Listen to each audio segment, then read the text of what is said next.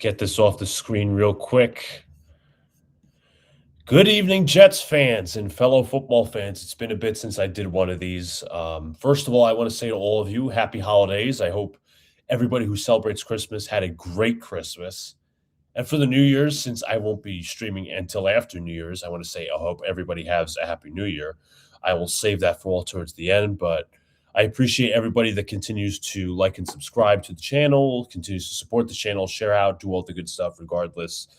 It's been a treacherous season as Jet fans. It's been a long one.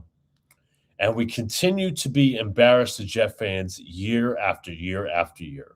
So I want to say what's up to everybody in the chat. Thank you. And once again, guys, thank you for all supporting. A few days away from the new year, one more week till the end of the NFL regular season, one more week till the end of the Jets season, as my shirt says. There might be a stain on it. Apologies. Just and endure the suffering. That's us Jet fans. And I'll say this for the record. Content creators, and let me say this for the record. I don't do this as a job. I do this because it's fun. I do this to vent out my passion, my therapy, my anger towards the New York Jets because I'm a diehard fan of the team. I don't do this for money. I don't do this for clicks or subscribers. I mean, I want to have as much people talking so we could create a sophisticated dialogue and all these different things involved to have such a great chat. But even the small chats, are fun because I get to talk with each and every one of you. But regardless, this Jets suffering is not going to stop at the end of the season. Here's the unfortunate part. The title is called The New York Jets Are Screwed. That's because they are. The New York Jets are screwed. They have nowhere place to go. I mean, they can, but we know it's not. Jets fans, unfortunately, a lot of the content creators are going to give you all the hype machines and the hype trains this offseason. It's a continuous cycle year after year after year. They forget about what happens in the previous season. They hype up as to why this season's going to be better than the last one. They're going to hype up every free agent signing. Every draft pick's going to be the best. All these different things, right? And I'm here to tell you, I'm a little bit different. Throughout the next offseason, I'm not going to be all cheerleading, pom-poms, doing the JETS chant, because I have no reason to. The New York Jets are an embarrassment. They are the Pittsburgh Pirates of the NFL. You can argue that they are the worst organization across the entire sports world, across North American sports, right? They might not be, the Buffalo Sabres. I mean, I don't follow hockey as well as I should, but I know the Buffalo Sabres have a long playoff drought, but I think the New York Jets are worse. The New York Jets have officially 10 years without a winning season, 15 years without without playoffs, 23 years it's going to be without a home playoff game. Be it I wasn't alive for when the Jets last had a home playoff game. But right now, as we stand, the New York Jets, here's where we are right now. They just got blown out by the New England Patriots. Everybody's like, well, did you expect the game to be competitive? And I'm tired of everybody having this lax attitude. And I said it earlier in the season when I was rooting for the Jets to win games. I was like, I didn't put a hashtag. Maybe I did. Maybe I didn't. I was like, demand better. Higher expectations.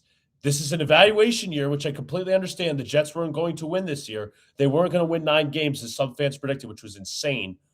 They weren't going to win 8 games. I said they have the ability to win 7 games with the schedule they have, but they should be able to win 5. We're at 3 wins, and they were all meaningless. You know why they're meaningless? Because no facet of the team has gotten better except special teams, and no players are improving. Those wins weren't sustainable. Those were one-offs. That was like stat padding. There was no continuous success, anything to build off of those games.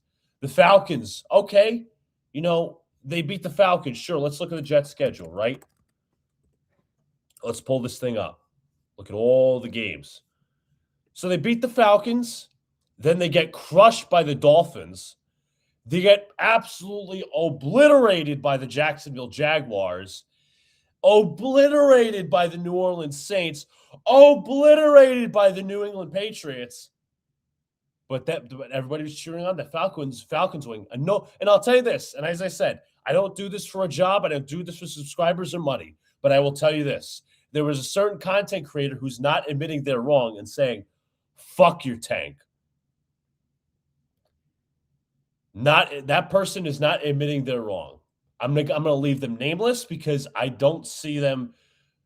I don't see value in getting into a Twitter war over this said content creator who I used to like, but now we're having certain content creators be extensions of the Jets organization, which is sad because they shouldn't be.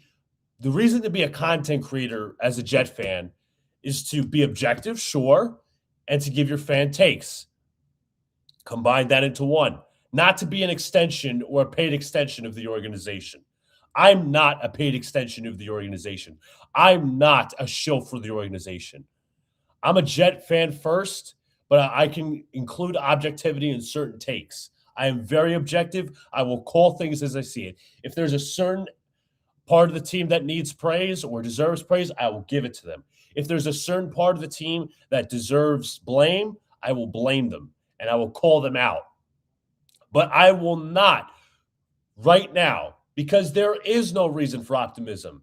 And I know this is going to sound like very George Orwellian or 1984ish that all hell is loose and there's no reason for optimism. Please point to me where there is optimism on anywhere on this team right now. Where is there optimism?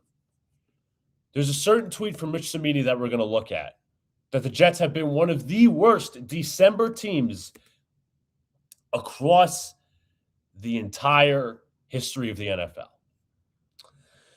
Rich Cimini has this statistic. I'm going to pull it up. It's got to be somewhere. It has to do with point differential because although the Jets won, as I mentioned earlier in December, here you go. Let's pull this up. Let's share this with all y'all. I guess it wasn't Boy Green actually. It was not him. Even though I really don't care for him. Anywho, let me see if we can try to expand this a little bit. Let's see. Move this over here. Maybe over here. Hold on one sec. Here you go. You guys can see this. Worst December point differentials in NFL history, right? All-time bad. New York Jets are the worst. Minus 107 in 2025. The 1960 Bears at minus 106. The 1990 Patriots with Rod Rust at minus 104. The Carolina Panthers from 2019, minus 98. The 1990 Cleveland Browns, minus 98. We hadn't done something. We hadn't done this bad, where a team that hasn't done this bad in the NFL in over 60 fucking years. Excuse my language. 60 years. And just when you think that the bar can't get any lower and lower and lower and lower, there's always a new low. Because the New York Jets continue to embarrass themselves. I was told a while ago, this was just generally a life lesson. When you guys think that life can't get worse, it always can. It always can. Bring myself back up. It always can get worse, especially when you're a New York Jets fan. You thought Todd Bowles was bad? No. We're going to go down to Adam Gase. That was horrible. Ruined a young quarterback. Worst record in the season that I've seen, 2-14. Robert Saleh, new levels of bad. And then you have Aaron Glenn, who's just right at the bottom. He is worse than, right now, he is worse than Gase. He is worse than Saleh. He is worse than Bowles. He's worse than the end years of Rex Ryan. He is unmitigatingly bad. And I know fans, the content creators can tell you, well, it's the injuries. He doesn't have his players. This defense lacks depth. All these different things, right? This is a Joe Douglas roster. Okay, let me throw a monkey wrench into your argument. Look at the New England Patriots and look at the not Tampa Bay Bucks, former Tampa Bay Bucks OC. Jacksonville Jaguars current head coach Liam Cohen. Look at the Patriots, look at the Jaguars, right? Both teams were bad last year. The Patriots were garbage last year with Gerard Mayo. They fired him. They bring in a new head coach. You know what happens? They spend in free agency. They use their draft picks. They have a franchise quarterback in Drake May, who, by the way, we gifted to them by beating the Patriots in a meaningless game at the end of the 2023 season. We had to beat them. But Robert Saleh said, we cleared the stench. We got rid of the stench, which meant absolutely nothing because Robert Saleh is now a defensive coordinator for the San Francisco 49ers. In addition to Drake May being the franchise quarterback for the Patriots. And I know somebody said this to me when I was on Afterburners with NY Jets Dan, great guy. Check all the links out in the description, by the way, that the Patriots are benefiting off an easy schedule. Okay, you still got to win games in that easy schedule. I know that the Patriots' schedule is going to get harder next year. They might take a step back, but they have the talent. They have the coaching on the offensive and defensive side of the ball. But where are the Jets? The Jets are so far away. And that's what these fans are going to tell you. They're going to be like, well, it's not about 1 year. It's not, it doesn't take 1 year. It can, though. The Jets made calculated risk after calculated risk. And I'm not going to go into the whole hiring process thing because that was such a load of shit, that hiring process. Hiring a fired former Jets general manager to run your search. Mike Tannenbaum to run your search. And then hire, mind you, the head coach before the GM, which we've seen before. And we've hired the head coach and GM on separate occasions before. But this time, we hired an unproven head coach just because of nostalgia, that he was this Pro Bowl cornerback for the New York Jets. Everybody loves him. Former players were campaigning for him, all these different things. But he deserves to be the Jim Harbaugh of the Jets organization, despite being an average at best defensive coordinator, inexperienced head coach, unproven leader. But hey, we're going to give you the keys to the organization. That was the biggest fumble of the offseason. Mind you, I didn't like the hire itself. It's one thing if you hire Glenn to be the head coach, but to be the head honcho with more power, arguably, over his counterpart GM and Darren Muji, it's asinine. It's pure malfeasance by the organization. It's malpractice. It's a gross dereliction of duty. And here's why Aaron Glenn needs to go. There's no player, and yes, let me say this for the record. This was an evaluation year. I get that. There is no player through coaching that has gotten better. Maybe one or two. Juwan Briggs and Harrison Phillips, that's it. Has Jamian Sherwood gotten better? No, he's played the worst football of his career. Has Quincy Williams gotten better? No, he's played the worst football of his career. Has Brandon Stevens played well? I mean, he's been very hot and cold. Has Jermaine Johnson played the best football of his career? No, he hasn't, even coming off injury. Has Will McDonald played the best football of his career? No, he hasn't. And fans will probably continue to overrate him and say, well, he has 8 sacks in the year. No.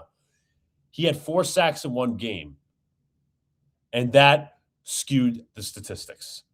He is not good, Will McDonald. He is a Yannick Ngakoue pass rush specialist, situational pass rusher, whatever you want to say. Regardless, let's go back to Aaron Glenn. No player has improved offensively. Yes, Breece Hall got 1,000 yards. Congratulations. He might not even be here next year. And I'm not saying Breece isn't a good running back. He is. But also you got to account for the fact that some of those yards, and I'm going to be the only content creator to call this out, that some of these yards were in blowouts. I'm just going to call it what it is. Some of these yards were in blowouts. Some of these chunk yards, right? Because the Jets, I don't know what their point differential is. I don't want to look at it because I'm just going to fucking throw up. So it was 1,065 yards. Let's go into the game logs. My screen might slow. I apologize. So 107 yards against Pittsburgh, fine. 113 yards against Dallas, which was majority of a blowout game. 111 yards against the Patriots, which is a blowout game. Yes, 133 yards against the Bengals. Okay, they played well. They were competitive. They won. But two 100-yard games. And again, I'm not saying Breece Hall's a bad running back. He's not a great running back. He's a good running back. Two 100-yard games in which the Jets were either competitive or they won. He had two other 100-yard games where the Jets were blown out. Patriots, also as well, the Cowboys, although the margin of deficit was 15. Let's look at the New York Jets point differential, shall we? Let's look at this. Let's go to the NFL standings. I'm going to bring this to you guys in just a sec here. Let's go with ESPN because NFL.com is kind of slow at the moment. Stop sharing the screen.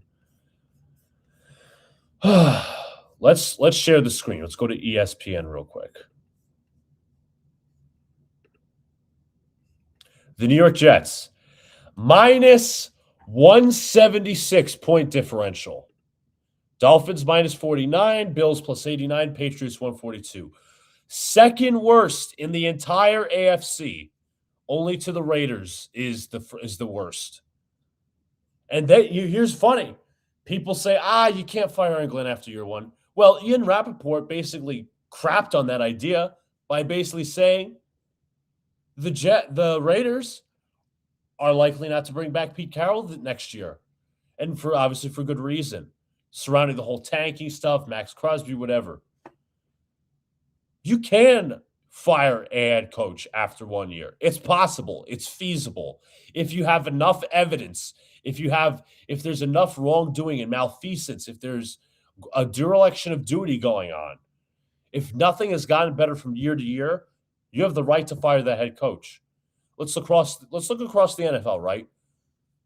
The Jets are even worse than most of the NFC in point differential. Commanders minus 102. Minus 116 for the Cardinals, who share the same record with the Jets. But the Jets are the second worst, not only in the AFC, but in the NFL. That's disgraceful. That is shameful. That is malfeasance. It's disgusting. It's insane. And we had Jet fans writing articles weeks ago. Michael Nania, Connor Long, saying, if you root for the tank, you're wrong. This is the reason to believe in Aaron Glenn. Point differential. This is just like the Lions with Dan Campbell. No, this is not even close. Not even close. Aaron Glenn has to overcome such insurmountable odds to be even a half solid coach for the New York Jets. It's impossible.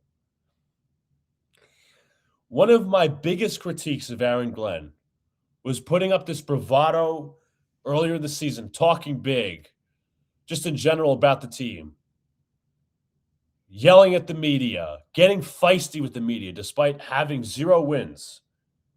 And now he is as I said in yesterday's short, he is a neutered chihuahua. He's a neutered dog. There's no more bark. There was a bark.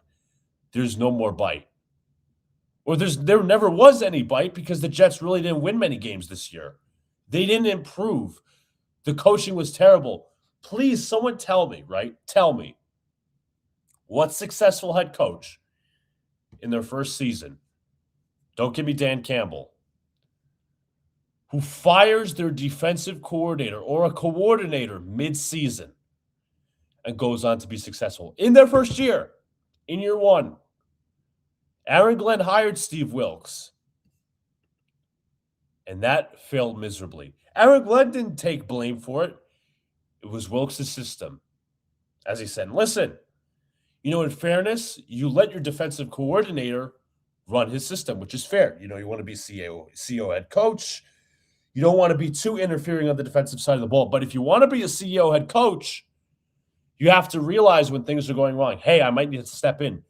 Why? Why is the defense so bad? What's going on with the schematics?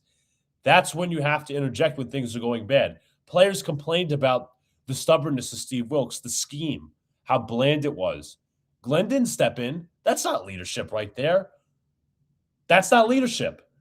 That's not leadership coming from a CEO head coach. That's just being stubborn and arrogant and whatever you want to say. That doesn't give me leadership qualities or any confidence that this Aaron Glenn guy is going to be the future Jets head coach and he's going to be a successful one at that. As I said earlier, he has to overcome such insurmountable odds to be a successful head coach in the NFL.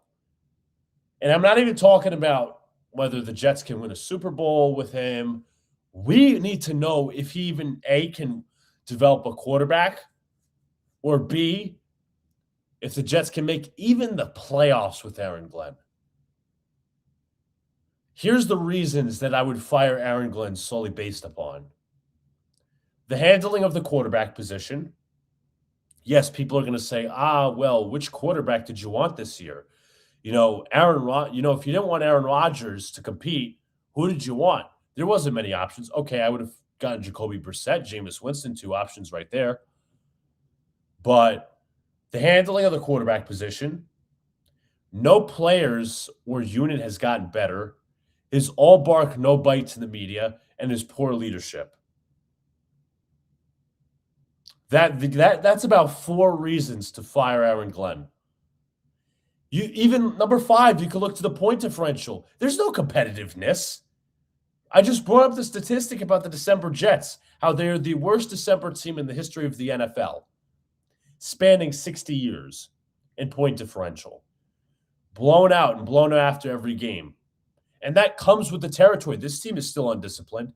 Did you see yesterday, guys, when the Patriots were out there taunting the Jets? And some of the Jets players wanted to go at the Patriots, but Glenn just sat there like a neutered dog. He's soft. He's penetrated a continued culture of losing. Now, let me say, and I say this, the 15-year losing is not entirely on Aaron Glenn. I've said this repeatedly, but I'll be damned if somebody's going to tell me that he's partially not responsible for this, because he is. Next year, this year really, the Jets should fire Aaron Glenn. I am one of the only content creators who's going to be saying that. I am one of the only ones because, once again, as I mentioned, these content creators are going to go through the cycle and say, here's why you should be happy about Aaron Glenn next year. Here's why the reasons for hope. He's going to get new talent. He's going to get a quarterback. Second year of Engstrand, which flashes in the pan. All these different things, right? Here's the first question I'm going to answer as I take a sip of water. Who's going to come play for Aaron Glenn next year if he stays? And now I'll say this in fairness. Who's going to come next year if we get a new head coach? Who's going to come to the Jets overall? Because there's a Jets tax still to pay. That's for the head coach. That's for the quarterback. That's for players just in general. Defense, offense, whatever. This is not an attractive destination. 15 years, no playoffs. It's insurmountable. It's insane. You have to overspend massively in free agency to pick up even the most average quality of free agents. Did the Jets spend their money well this past offseason? No. What building block came from free agency to say, hey, you know what? This guy's a piece of the future for the next couple of years. Was Justin Fields that? No. Andre Sisco? No. Brandon Stevens? I don't think so. You go on and on and on. Tyler Johnson? No. Josh Reynolds? No. Stone Smart, who content creators praised as this flash in the pan kind of guy, like he has some potential. He's a special teamer. Josh Myers, he was given an extension. John Simpson's likely to be gone next year. Defensively, there's literally no free agent that I could say about this previous class that says, hey, they're going to be a building block for the future because they're outplaying the value of their contract. I don't see any free agent that's doing that. Just look at the Jets botched the handling of the wide receiver room this year. And that falls on Muji, obviously. He's the GM. Tyler Johnson, and I was told, once again, this was the whole content creator push, the propaganda, that, the Jets, this is a run-first system. They don't need a second wide receiver. Bullshit. Bullshit. Was Tyler Johnson you saw it most of the season, right? Whether it was Tyrod or Justin Fields back there. If they're going to double Garrett Wilson and nobody else was getting open.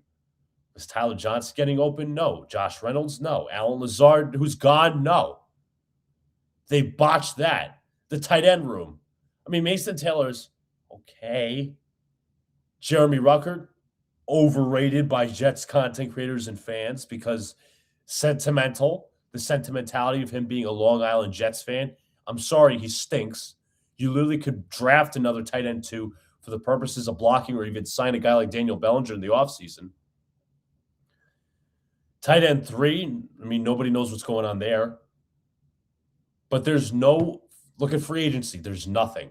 The draft, okay, you have Membu. Fine. Taylor, okay. Azariah Thomas, we truly don't know. He showed some flashes. That's about it before going on IR. Arian Smith had a big role, who's supposed to have a big role early on in the season. No production, little to no production there. Becomes a special teamer, inactive for like 1 or 2 games, I believe. Let's see. Malachi Moore, okay, maybe you have something there. But it's all maybes. There's no proven players that are getting better. You realize what you realize what I'm saying. It's all hypotheticals. There's no proven answers anywhere with this team. Great. Muji traded Sauce for 2 first-round picks. The Colts are losing that trade right now. But the only way we can win that trade officially is if we hit on those picks. Same thing with the Quinn Williams trade. We got to hit on those picks. We can't just be propping up and anointing these GMs and coaches and players without the results on the field. We got to stop this as a fan base. And I'm not saying this like to brainwash all of you, but I'm sick and tired of seeing fans, some randoms, just spit out what other content creators say and say, well, this person said this, so I'm going to say exactly that. I don't endorse groupthink by any answer. That's not a reasonable strategy. Have some critical thinking. With this team, you should absolutely question everything because the last 15 years have been garbage, obviously. I'm here to give my takes. You guys respond however you like. We can agree, disagree, have back and forths. But this year has been terrible on all facets. We've learned nothing. And I said this. It would have been better if the Jets just forfeited the season because we would have learned just about the same. Next year, the Jets are probably going to draft their quarterback with a head coach that may or may not be on the hot seat, an unproven offensive coordinator, a bottom-of-the-barrel quarterbacks coach who's really a running backs coach, and that's the system, and a losing culture. Mind you, this is not a proven head coach that's going to be overseeing the development of quarterback. Aaron Glenn and his staff have to identify the quarterback who's right for their system, and then they have to develop him. Next year, in no way, shape, or form should this quarterback be starting right out of the gate. Start whoever you sign, Minshew, Brissett, whoever, for the first couple games, and then play the rookie quarterback. But we're not even there yet. Because as a fan, and I'll say this one more time, I am sick and tired of giving the Jets the benefit of the doubt. I am sick and tired of fans and content creators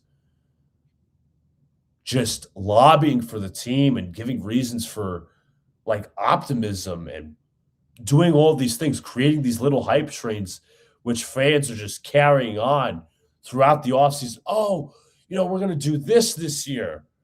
We're getting Aaron Glenn back for another year. Like these Jet fan goggles. Like you got to stop with this. Just stop. Why can't we wait till we see the results on the field? Well, then you're called negative. You're called pessimistic. You're not a real Jet fan. Meanwhile, if you point out the red flags, you're not a Jet fan. You're not an optimist. You're being too negative. You got to give this guy a chance.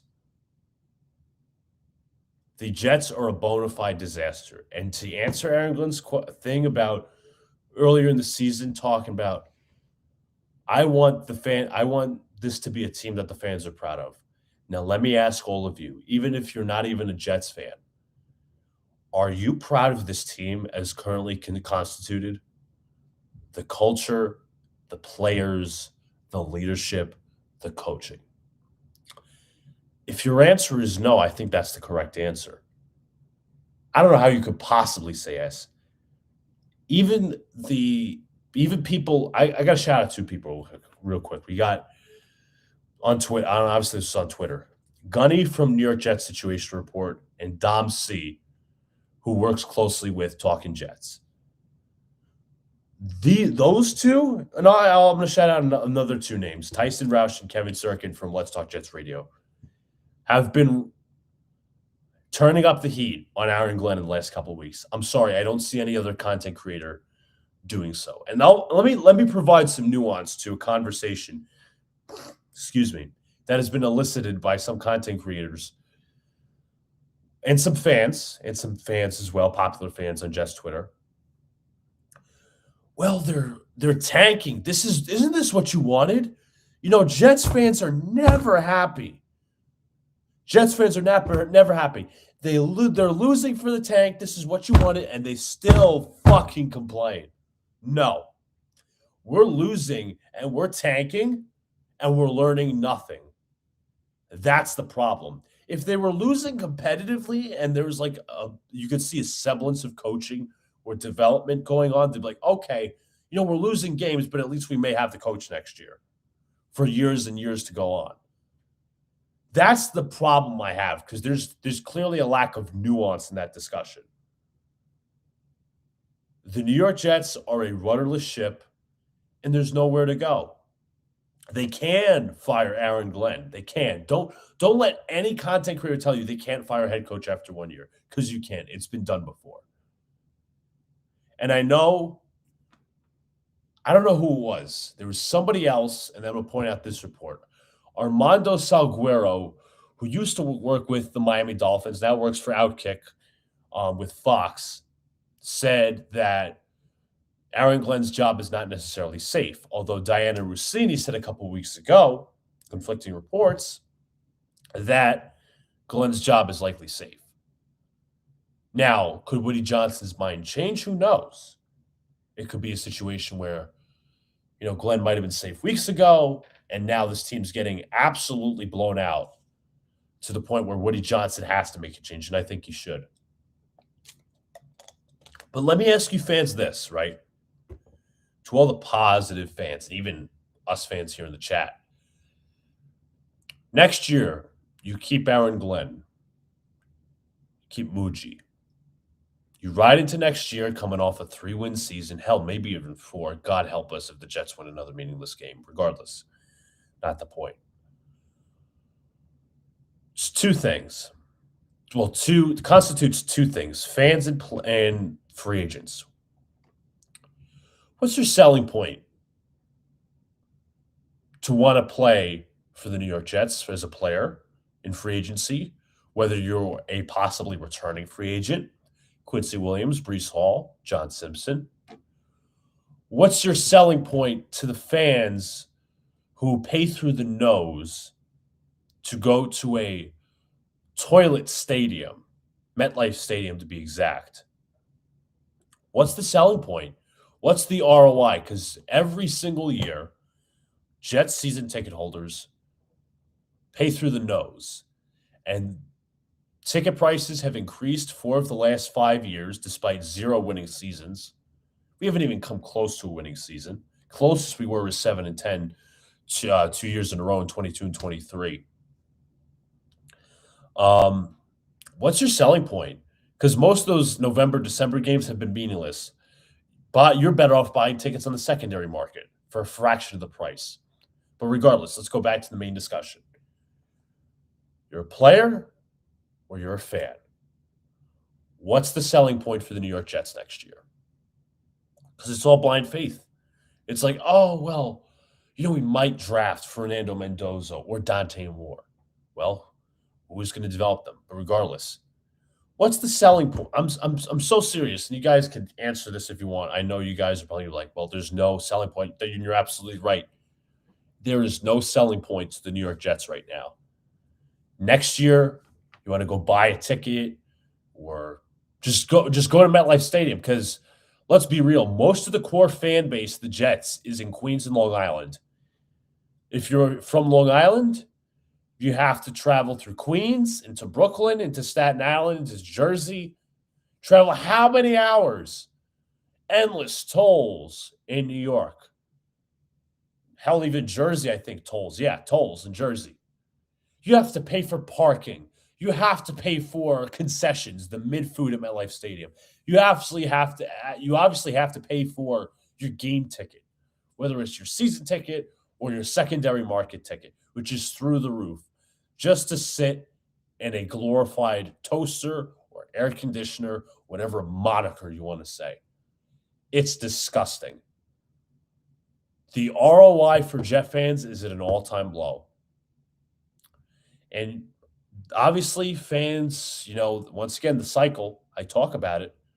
There's going to be fans showing up to opening week next year. Obviously, we don't know who we're going to play. But this team, I think, will melt next year if Aaron Glenn's the head coach because we hope to see a step up. We hope to see the team going in the right direction, but the schedule doesn't get easier next year. We play the AFC West. We play the NFC North.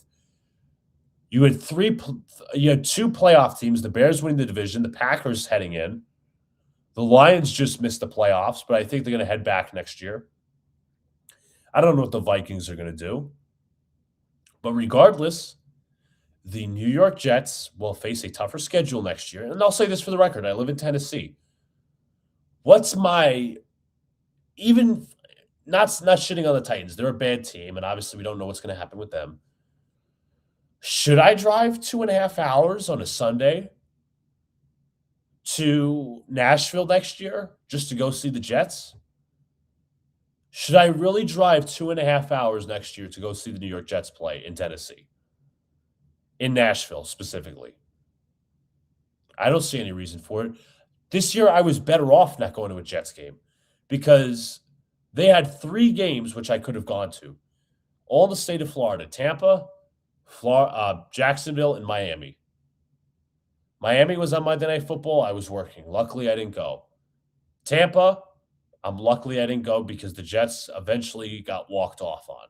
And Jacksonville was a cluster fucking half because we got our asses blown out. We got the doors blown off of us straight from pillar to post. I apologize for repeating myself, but it does bear repeating. There's no return on investment, either physically, fiscally for Jets fans, or mentally. I'm going to be honest with y'all. I'm not even going to watch next week's game because there's nothing to analyze. There's nothing. I'm going to be honest with you. Again, I said yesterday in my short that I came back from Atlanta. That was true. I came back from Atlanta because I spent the weekend there because I was going to watch the Knicks play at the Hawks. As a Knicks fan, I get more ROI. Not even going to the Garden, just going to away stadiums and, seeing the Knicks fans take over all these different things. They're winning this, that, and the third. There's no ROI whether you're a Jet fan in Florida or Tennessee or North Carolina or wherever. Even if you're Jersey or New York or Pennsylvania, to go see the Jets wherever. Whether you're seeing them at MetLife, whether you're seeing them in Buffalo, Miami, New England, pick your venue. There's no ROI for the New York Jets to go see them. It's at an all-time low. And I'm telling you guys, critically think, question everything. Don't just spitball what I say. I want you all to have your own opinions of your own. And I've rambled for about 40 minutes now. So I'm going to get to your all comments. This has been a long rambling session. So we get to everybody in the chat. What's up to Mike? He says we'll know for sure next week. Jets are the first team in NFL. I should have brought this up. NFL history to have 0 interceptions in the old school 16-game season. I'm sure that'll extend into an angry Buffalo Bills team this Sunday. Now, I don't know if the Bills are playing for the division. I think they are. But let me see this. Let's check this out, shall we? Shall. So the Patriots have clinched the division, but the Bills have clinched the wild card. So they might just, unless somehow they can improve seeding, the Bills might play their backups, unfortunately. So that could be a possible meaningless Jets win. Just going to change the color here real quick for y'all. Dialed up. There we go. Perfect. Next, mercifully, the season about to come to an end for both of us, the Jets and Giant fans. Yeah, but at least you guys are going to look for a new head coach, but the GM should be fired as well.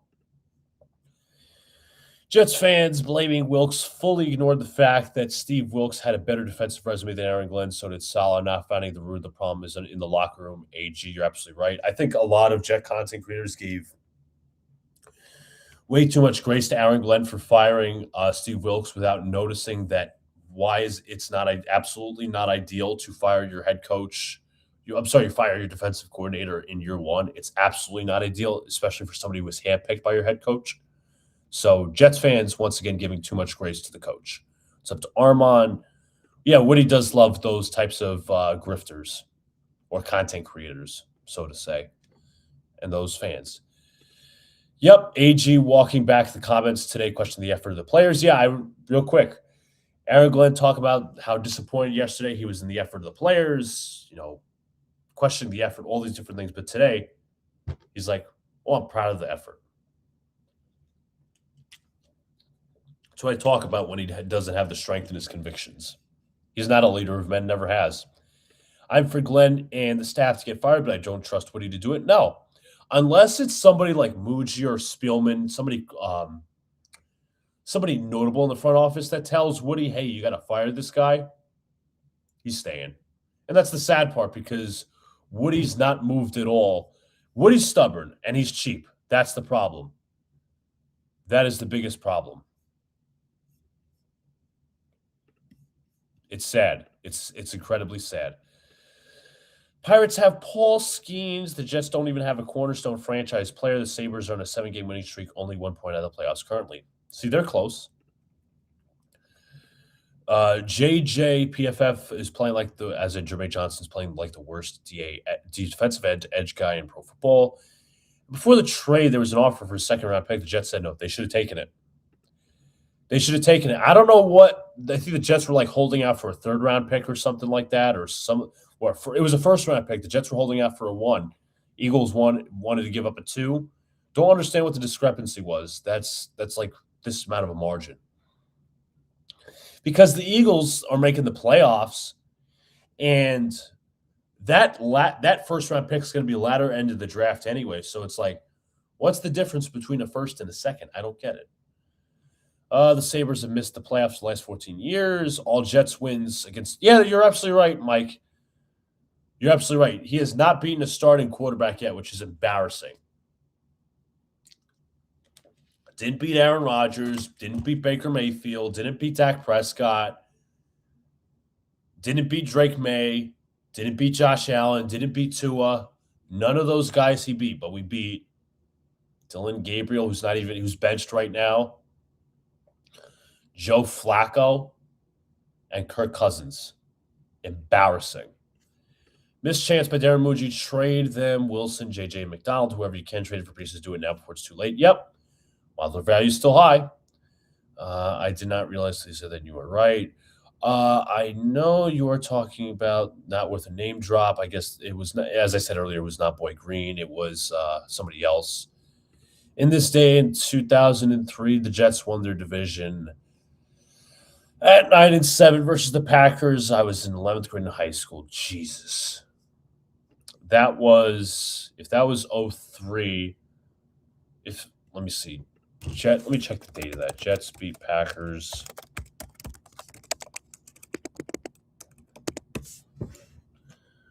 December 29th, 2002. That would be January, February, March, April, May, June, July, 8 months before I was born. So I wasn't alive to see it, unfortunately.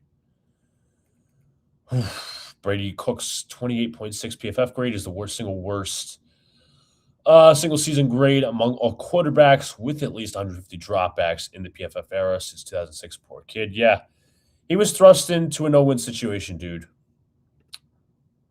Point differential is horrible. Only positive for the Jets is they have both their bookend tackles and Garrett Wilson. Yeah, three players, and no coaching. If you can, get first rounders. If you're gonna at least blow it up, just blow it up entirely. Because how far are we right now? Because we are like years upon years away, it seems like, from competing. Like, what does trading Garrett Wilson do to like further the rebuild? Like, it doesn't make a difference to me whether you trade him or you don't. I honestly don't care at this point. Did you see Ryan Clark's dumb kid? It was Jordan Clark taunting Diggs after a stop that ended up being a personal foul on him and personal foul for JG for hitting May. Can't make it up. That's the culture. That is the culture. Undisciplined, soft, and not knowing your place, acting like you've accomplished something. That's arrogance. That feeds off the head coach, dude. That feeds off the head coach. They don't have one building block on defense. Listen, yeah, you're absolutely right. You're absolutely right, Mike. There's no building block. What's up to Jacob? I hope you're doing well. Yeah, they don't have a building block whatsoever. Maybe AZ. I'm saying the words maybe in front of it on purpose because it is a maybe. AZ Thomas, um, Malachi Moore, maybe. Glenn is right there with Kotite. I agree with that. I mean, I wasn't alive. I wasn't alive for the Kotite years, thank God. But I'm sure it was pretty disgusting for y'all Jet fans who lived through that era. Half the Patriots starters were out yesterday, and they still blew us out by 32 points. Patriots, to be fair, had a last place schedule. I get that, Jacob, but also you got to take advantage of those wins.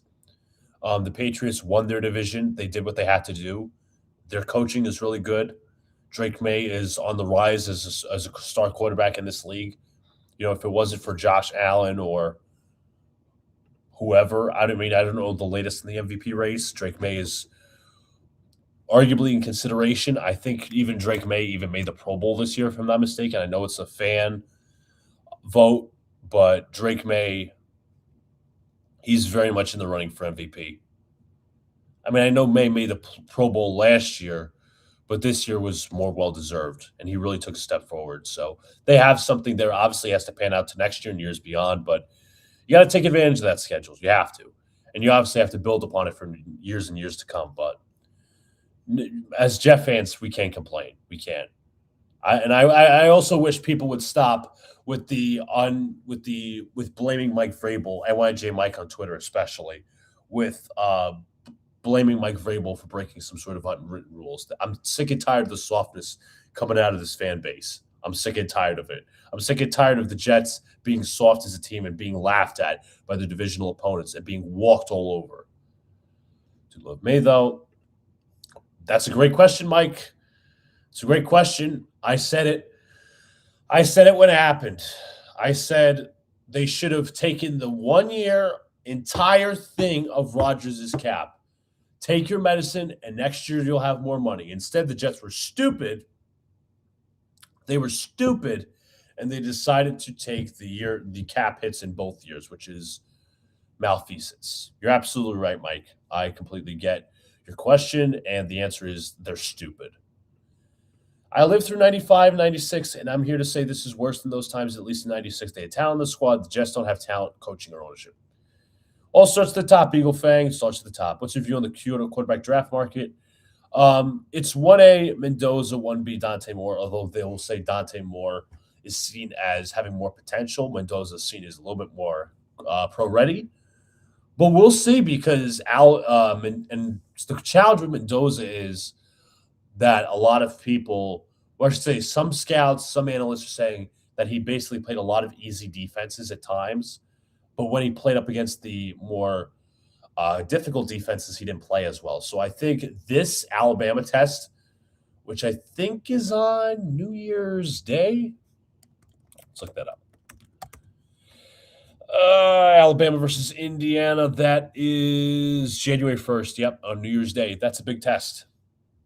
That is a huge test for Mendoza, and that I think will decide for a lot of fans whether he's quarterback 1 or 2. So it's either him or Dante Moore. And also, Dante Moore doesn't have to come out this year. If he doesn't come out, the Jets are screwed because right now the Raiders are at 1, and they'll be damn willing to take a quarterback. Dante Moore doesn't have to come out this year. He's a sophomore. He's 20 years old. He's 2 years younger than me. If he wanted, he could stay in school. But right now, I think this is the highest value he's going to get. I'm not huge on Ty Simpson, but at the end of the day, it's all in Dante Moore's hands. Rodgers had to go himself, blew it yesterday versus the Browns. I mean, with the whole Rodgers thing, I wasn't for keeping him. But at the end of the day, it's like the Jets damned themselves if they did or didn't, because I believe the Jets should have just reset. Although this year sucked, they should have reset with a new coach, new quarterback. And I'm not saying, Rodgers was the problem, but I don't think he was the solution. That's the problem. That's the problem with the whole thing. And, Rodgers has played well down the stretch. I'm going to admit that. But also as well, I don't think Rodgers at times was a great leader last year. Not that he was handed the best circumstances, but Rodgers started playing well when the games were meaningless. That was my biggest issue. That was my biggest issue. And of course, it was very apropos because the Jets as a franchise play well when the games are meaningless. And when they have to lose for draft position, they win. When they have to win certain games to get into the playoffs, they lose. It was what happens. The Darren Muji needs to be under the spotlight. He's not impressed me either. That's completely understandable. Muji is based on hypotheticals right now. He's entirely based on hypotheticals. He is a TBD. It's fair to say if you're not impressed, he traded Quinn for the first-round pick from Dallas for 2027, second-round pick as well. Sauce 2 firsts. He's got to bet. Listen, every single time we go through a new regime, we go through this exact cycle where we have a GM and a new coach, lots of cap space, lots of draft picks, and having to draft a new quarterback. And we always say, oh, well, this is a pivotal offseason for said GM. This is a pivotal offseason for said coach. Joe Douglas, Saleh, Gase, McCagnon, now Muji and Glenn, most likely. And all those GMs in the past have failed. And what evidence has led anyone to believe that this, and I'm talking about not even the past 15 years, I'm talking about Glenn and Muji themselves, the way they spent money in the offseason. They sat on a little bit of money as well. What makes you think that they're going to suddenly pull through? I don't see any evidence. Jets are paying AG top 5 coaching money for this disgrace. Absolutely, $12 million a year. Steelers will end up with Tua Kyle. They'll never go into rebuild as long as Tomlin is there. They need a full reset, the Steelers. They're too mediocre. Way too mediocre. But Tomlin also needs a fresh start. I would suck it up and pay. I agree, Eagle Fang. I agree with you. The problem is Woody Johnson's not going to do that. He's gonna play cheap. He is going to play naive. He's going to meddle, obviously, in the end, and then eventually fire Aaron Glenn when it's too late, because the Jets don't exactly have the foresight to fire coaches early or during the right time, or fire anyone at the right time, because Joe Douglas and Robert Saleh should have been gone a year prior before they went. Saleh, you could argue 2 years, but regardless, Woody Johnson just does not have the foresight. He doesn't have the timing. And it's not like he cares. As long as he's earning a check, fans can, continue to go to MetLife Stadium. And I don't crap on fans that take their kids to the game or whatever. You want to show them football. You want to show them the Jets, whatever. You do you. But like, I don't know how you're a fan going out to games and tailgating. It's like an adult without kids. Like you're getting absolute ROI, zero ROI.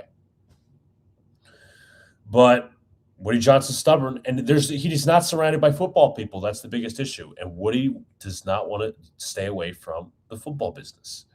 He's got Jaime Miguel High. Obviously, there's controversy around him right now, and Ira Axelrod. Those guys aren't football guys. The hope was, or at least we should have done in the offseason, was bringing a president of football operations. You got to separate the business and the football side. And whoever that football operations guy was, be in the middle between the business and the football. Just don't have that right now because. Harbaugh and Tomlin coaching for their. I agree with this. I think whoever loses gets fired, but I don't think. I think Tomlin's a little less likely. Would you at least stick with the Jets? In hypothetical, yes. You get the returns are great. 2 first-round picks for a corner. The Colts have gone downhill. A second and first-round pick for Quinn Williams. But it's all hypotheticals. If you don't hit on these draft picks, it's absolutely meaningless. Only thing that's improved is Jets special teams. The one thing. It's weird because I was talking with a coworker about this. He said special teams will not win you games in the NFL, but you can certainly lose games.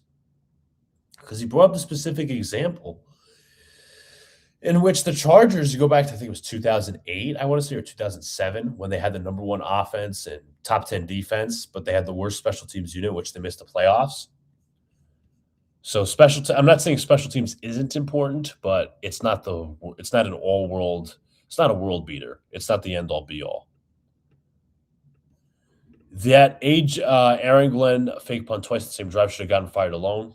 His press conference yesterday should have gotten him fired because it looked like he was trying to sell his job to ownership. He looked defeated. It looks like the Jets' job just completely ate him up. It has. Giants will probably hire one of them of a coach who could actually win in today's NFL instead of a coach who could actually win in today's NFL. I mean, for the Giants, I would hire Mike McCarthy. I know that's not a great hire. That's not a sexy name, but you need guy. I would hire McCarthy if the Jets wanted to fire Glenn because he knows how to win. And I get it. You know, he's long in the tooth. His offensive system is a little outdated, no motion, shit like that. But both teams need wins right now. You know, the Giants are a little closer than the Jets, but they don't exactly have a great GM either. They should fire their GM and just completely just clean house, but that's beyond me. Thank you, Jacob. Smack the like button. Sub button, folks. Thank you. I'm glad Marcus Freeman's staying Notre Dame. Sucks for the Giants, but good for the Irish. Yeah. I mean, for the Giants aspect, so my brother said it to me. He's like, maybe he saw that Joe Shane was staying and was scared off because that job's not going to be as nearly attractive as if you keep or fire Joe Shane. If you keep Joe Shane, you're limiting your candidates, in my opinion. If you're firing Joe Shane and you get a new guy in here, then the job becomes much more attractive. The Giants will have a top 2 pick next year, possibly. So, -1 to 76. Holy smokes. Giants need a coach who's great with X's and O's. Ben Johnson, Shanahan, McVay. All offensive-minded guys, yeah. And all young guys, too. I completely get your point, Mike. Nania has always been a tool bag. I'm glad Kurt Warner put him on full blast on quarterback film. No comment. I do get your point, though, Eagle Fang. I'm going to play impartial. Rah-rah guys don't win in today's NFL. Yeah, brilliant X's and O's guy. Absolutely. Could not agree more. I think McCarthy would be a great fit for the Giants, that offense and dart. I agree. Aaron Glenn tossed Wilkes under the bus big time. Yeah, he defended Wilkes early on in the season, and then it tossed Wilkes to the side when he needed a scapegoat. I'm not saying Wilkes wasn't at fault, but the big issue was Aaron Glenn was just simply too late because the damage was done. Why would any sane coach want to coach a lame duck coaching staff? I completely agree with that sentiment. I'm not the biggest McCarthy fan personally. Kubiak's fine. Everywhere he's went, he's had success. I mean, with Kirk Cousins in Minnesota, with Derek Carr a little bit in New Orleans. He's a good mind. He's just like his dad. He's a good offensive mind. I think he's going to be a very attractive coaching candidate. Giants need to win, much like the Jets. At least with him, you know you can trust with your quarterback because he has a track record with Rodgers and Dak and McCarthy. Yes, Sal did the same thing when things went bad. He had the zombie look on the sideline. Absolutely. Glenn is again the problem with the Jets is like the last two head coaches, Sal and Glenn. When things are great, they're like, "Yeah, rah rah." Glenn walking down the sideline like an idiot, looking like a complete moron. But when things are bad, team gets soft, adversity strikes, coaches just gives you the deer in headlights look. Buck stops with Woody Johnson. He has too much influence in the Jets culture. Could not agree more. They're prioritizing the wrong things. Let me say this. When I say prioritizing the wrong things, how about that little stupid thing over the past weekend where the Jets nearly I'm going to look up the Post story because I forget the person's name, but if you guys didn't see, and I ripped them a new one on Twitter. Jets season ticket holder. If you guys don't know, a season ticket holder for the Jets, she's a super fan. Originally was denied by the Jets for kicking. I apologize. A Long Island super fan was originally invited to kick a field goal for the Jets at halftime, attempt a field goal. Originally, her name was Ashley Castanio Gervaisi. Her father passed away, but she's a diehard super fan of the Jets. She's a season ticket holder, if I'm not mistaken. She was originally, despite being invited, then denied because she was a soccer coach, which is the dumbest BS ever. It took Barstool, it took The Beat, and the Post to just completely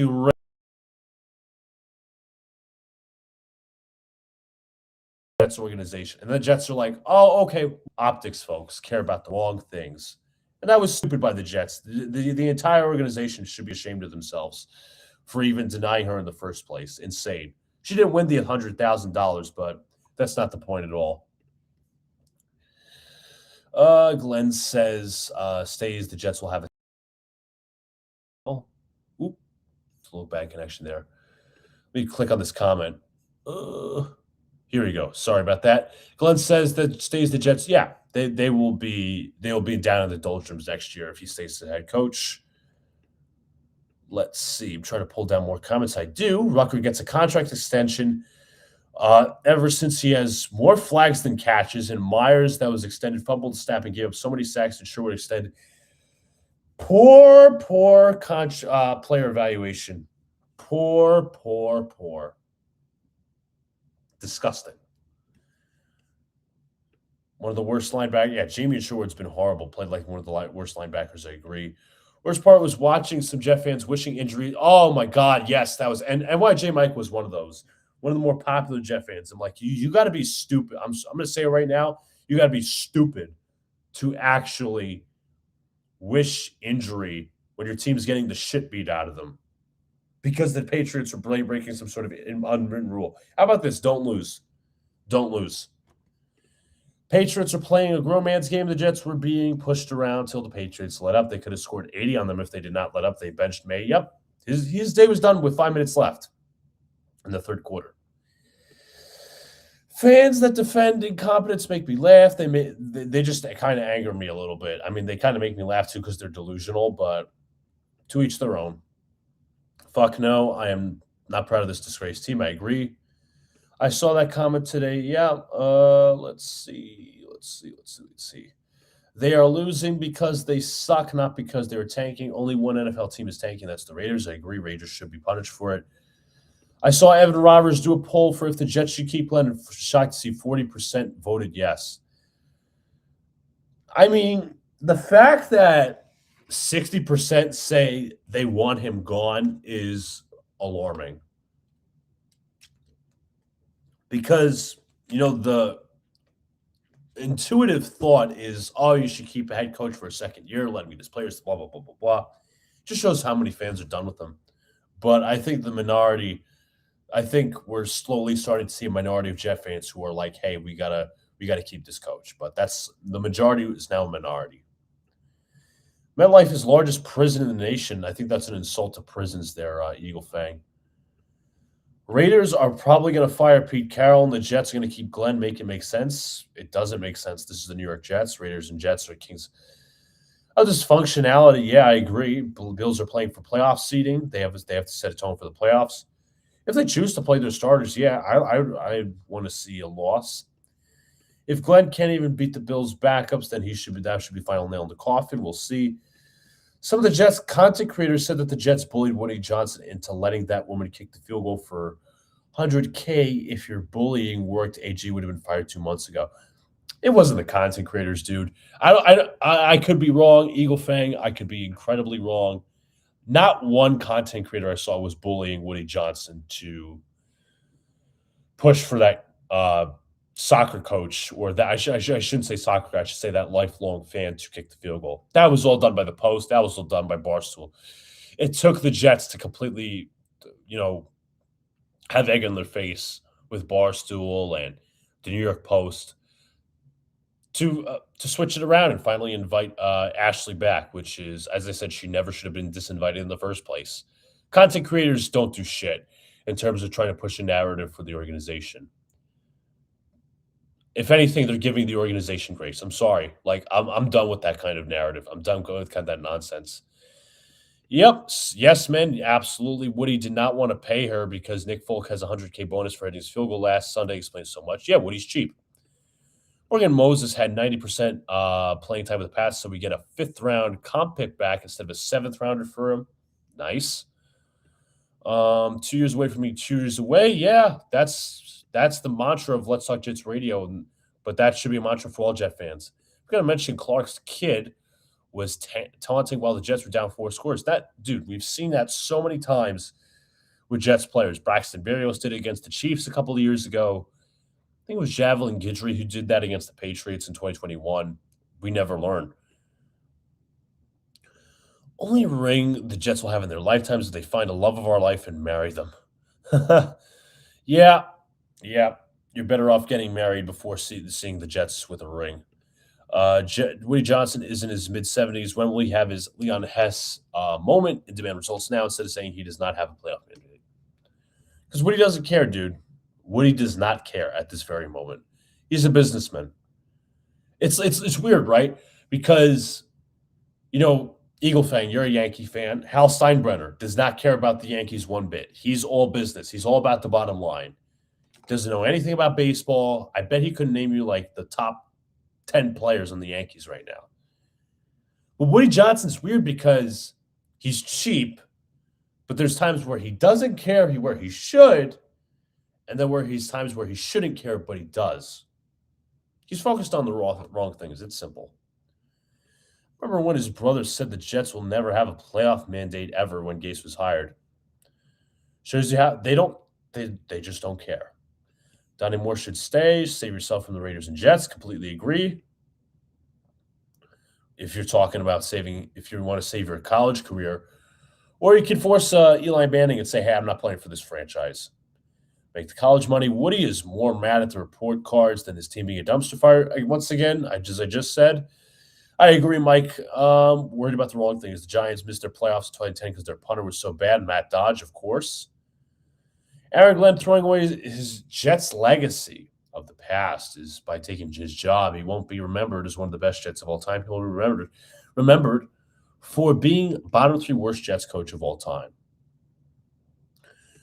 Could not agree more. That was the fear from some Jet fans. Why waste your legacy and get sucked in by the Jets' culture of losing?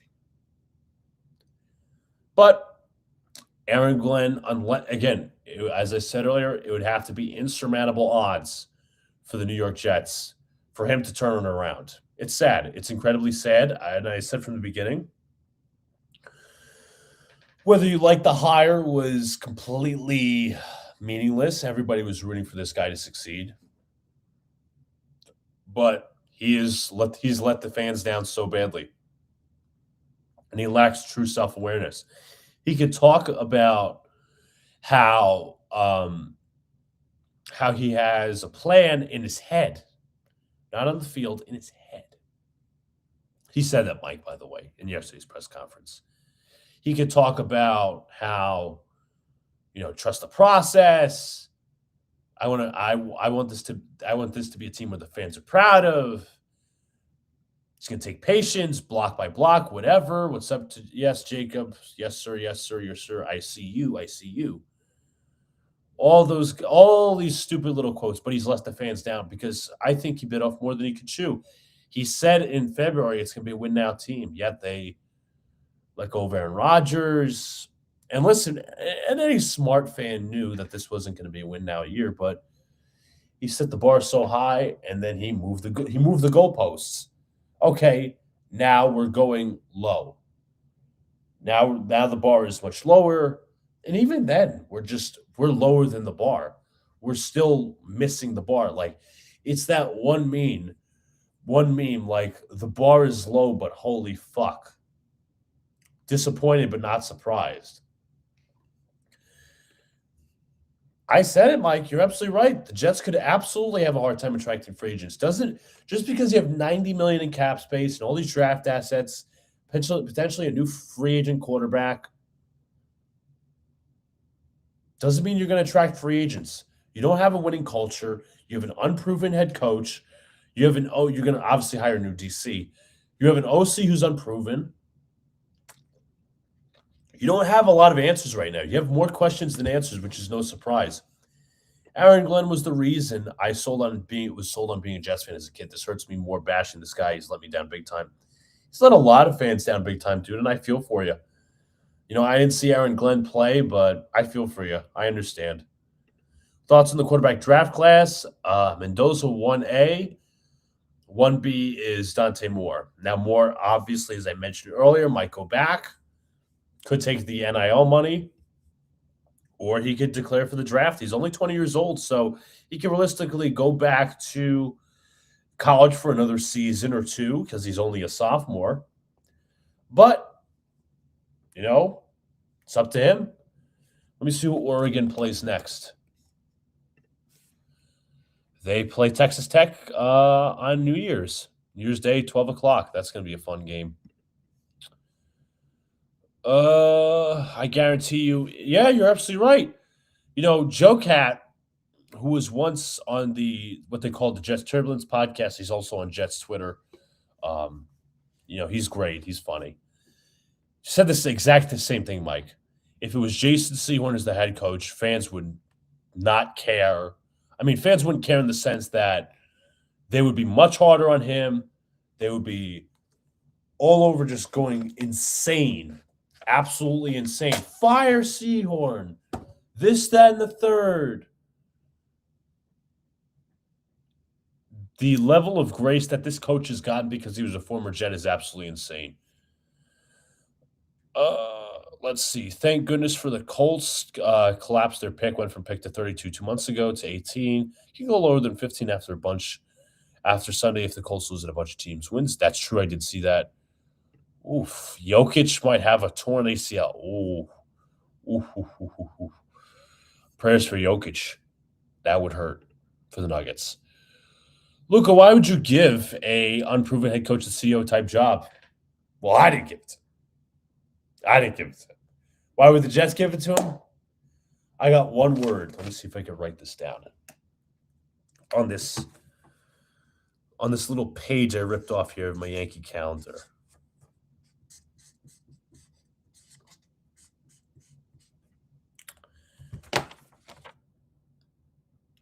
This is the word, Jacob. I apologize for the crappy handwriting. Nostalgia. Nostalgia, and nostalgia. That's all it is, Jacob. That's the reason. And because he was a scout with the team, too. The dude's never coached with the Jets. He was a scout in 2012. But all because he was a former Jet. Jets fans bought in stupidly instead of waiting it out. But no. Does Brady Cook go on AG's resume in terms of raising a young quarterback along with Justin Fields? It's a great question because I'd say Justin Fields, yes, obviously. Brady Cook, there wasn't a high bar to begin with because the dude was a UDFA. I'm going to be honest, he wasn't great in college with Missouri. Even when I was doing the podcast with Vinny for the first 3 episodes, he's like, this dude sucks. I don't know if I would hold Brady Cook against him. I don't know. And I'm being objective in that aspect. I generally don't know, dude. Because right as we stand, you can hold Fields against him. And let me say this for the record, right? You go back to 2021 when Zach Wilson was in his rookie season, the Jets had 4 quarterbacks: Flacco, Mike White, Josh Johnson, Zach Wilson. Wilson struggled for the first part of that year. But you saw that this was an offensive system, or LaFleur's offensive system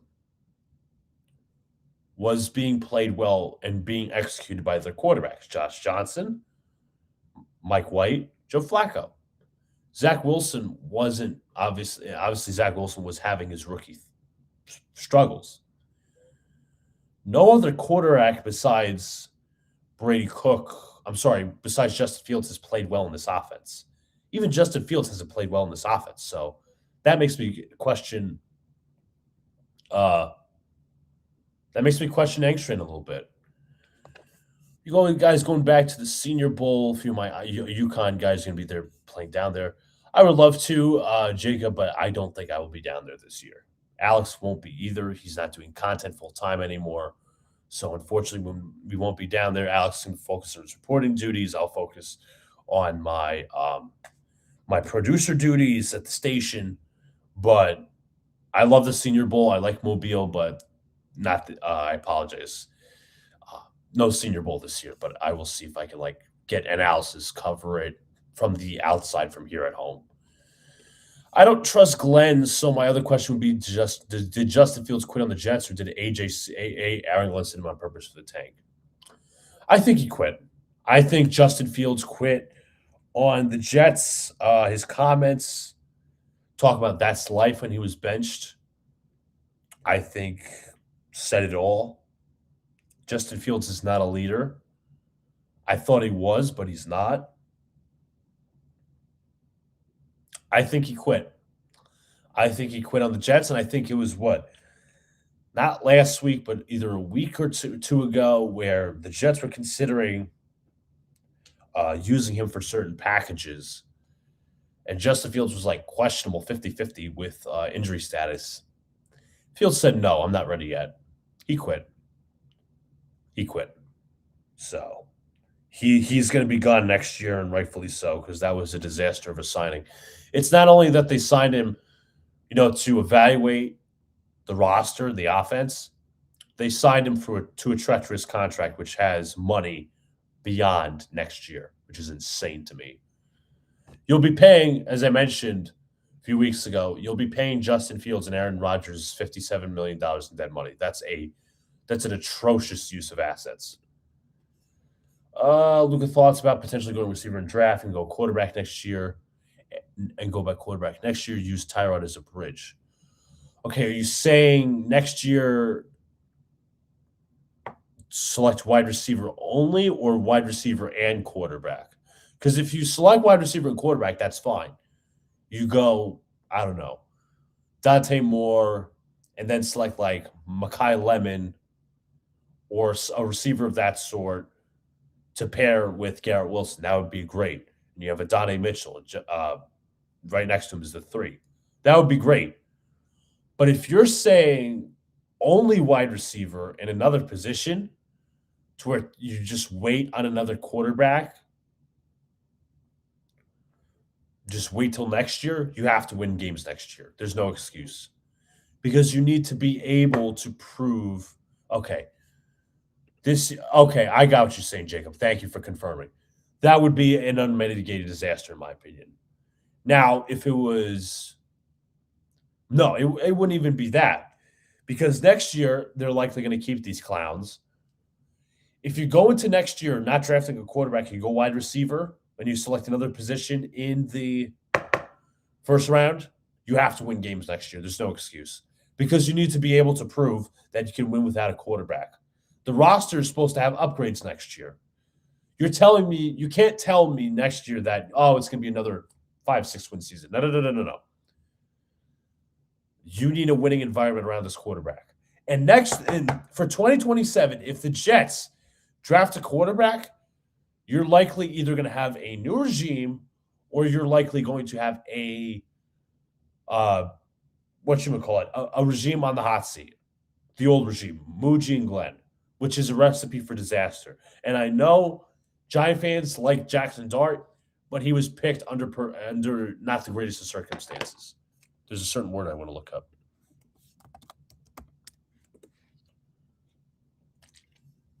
He was picked under pernicious circumstances. And the only reason I say that is because John Mara allowed a poor regime in Dable and Shane.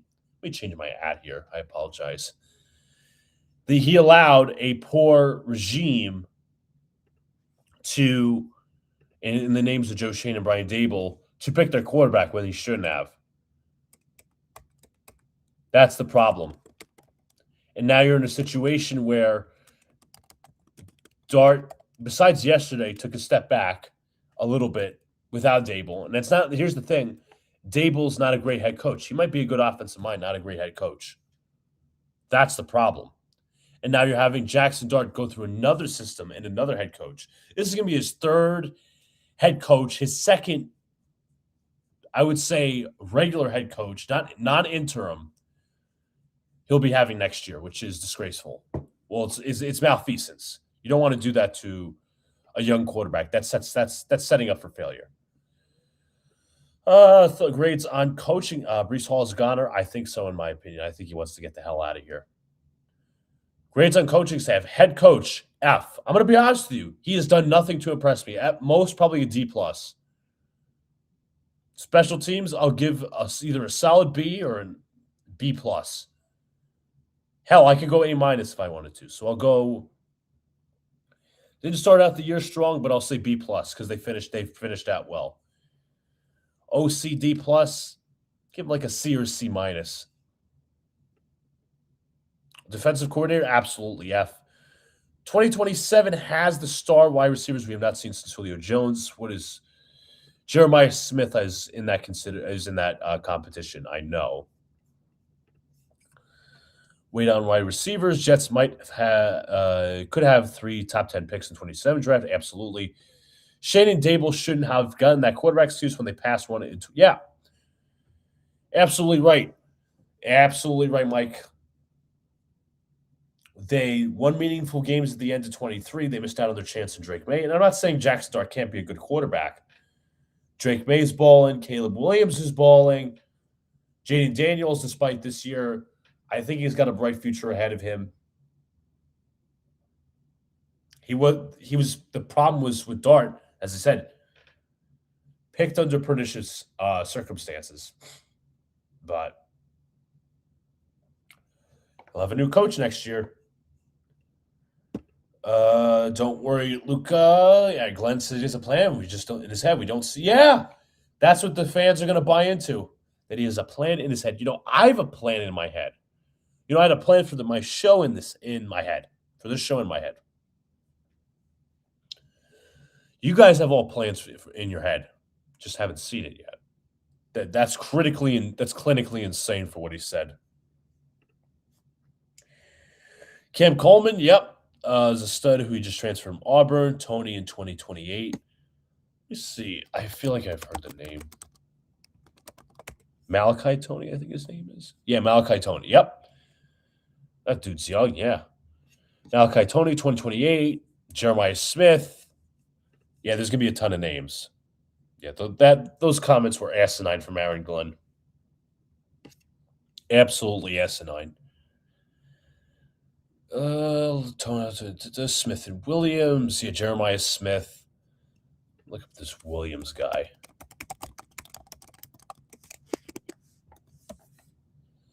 Ryan Williams from Alabama. I think, if I'm right. Or it could be Landon Williams. Who knows? But, yeah, it's Ryan Williams from what I see. Nick Marsh, Cam Coleman. I see guys' suggestions. Everything he said has backfired him. AG is better off not. Yeah, you're absolutely right. That's what happens when you go all bark, no bite. Or even just being arrogant. Because, I'm not saying the dude can't show personality or be pissed off or be himself, but he took the wrong approach. He went extreme on both ends. Now he's defeated because he has no answers for the media. At the beginning of the season, he was all arrogant, almighty. Like again, there's a middle approach. You have to have a middle approach. You can say, "Hey, I have high expectations for this team. We have to let things play out. We got to do better. This, that, and the third." Like, don't act like you've accomplished something because you haven't. You have accomplished nothing as a coach in the NFL. Don't act like you have. That's my problem. Bam has mentioned him a bit. He has character issues. Yeah, we'll see. We'll see where that goes. What is sad, Jets might need both of them, assuming they trade Garrett Wilson. Yeah, you're absolutely right. The problem is as Jet fans, not even as Jet fans, the organization, we ship out these players because we're constantly going through this cycle. Do we have a winning culture? We don't have a winning culture? Okay, we need our guys for the winning culture. And the big problem is, with these fans saying that Glenn needs to get his players, right? I mentioned this earlier. Liam Cohen is balling with some of his players that he didn't even have. Not every let me say this. Let me clear up my words. Mike Vrabel has holdovers from Jerron Mayo, and Liam Cohen has holdovers from Doug Peterson. They're still finding ways to win. So don't ever let a fan tell you, "Oh, well, Glenn needs his players." Okay. He had a chance to do that in the offseason. What has that proven? There's no ROI on either of them or any of them.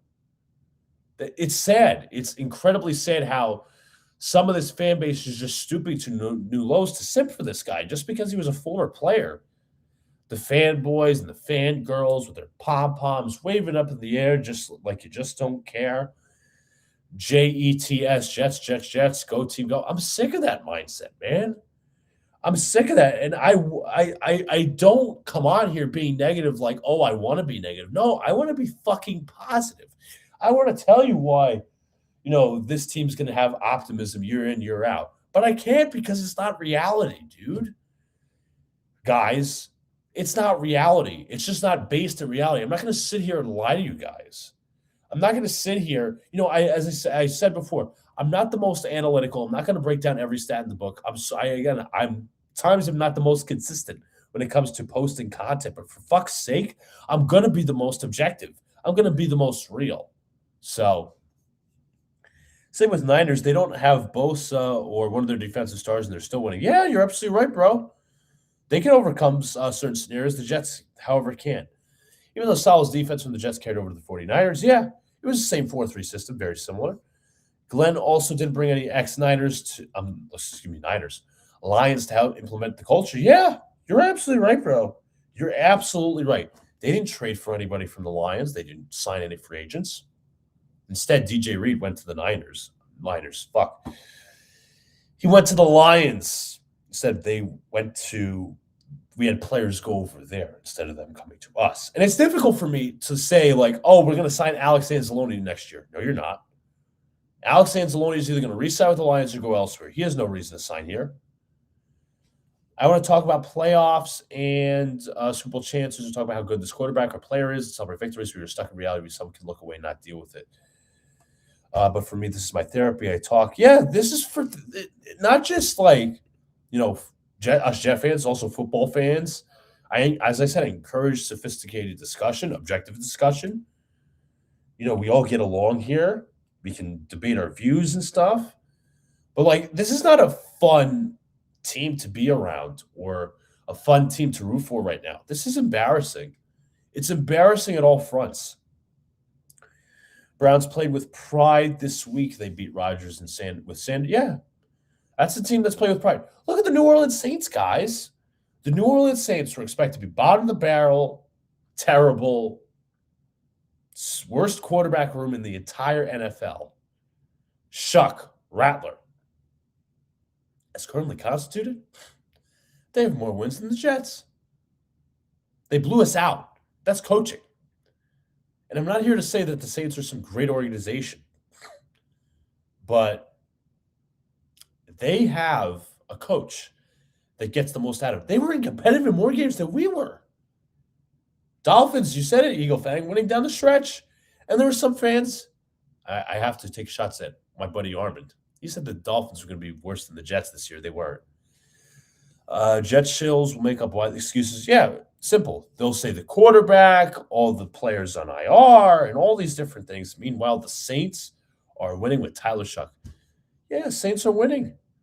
The Saints have won 4 games this year with arguably a worse roster than us, but yet, let me check. No, they won 6, brother. They've won 6 games. That's the same amount the Jets should have won this year, arguably more. The Saints have won 6 games. They won 4 in a row. You're absolutely right, Eagle Fang. They won 6 games with Tyler Shuck and Spencer Rattler at quarterback. That's insane. It's insane level of coaching. They beat. What's interesting enough, it's not like they beat up on just bad teams. Yes, they beat the Titans and the Jets. They beat up on the Panthers and the Bucks, who will be playing for the NFC South division this week.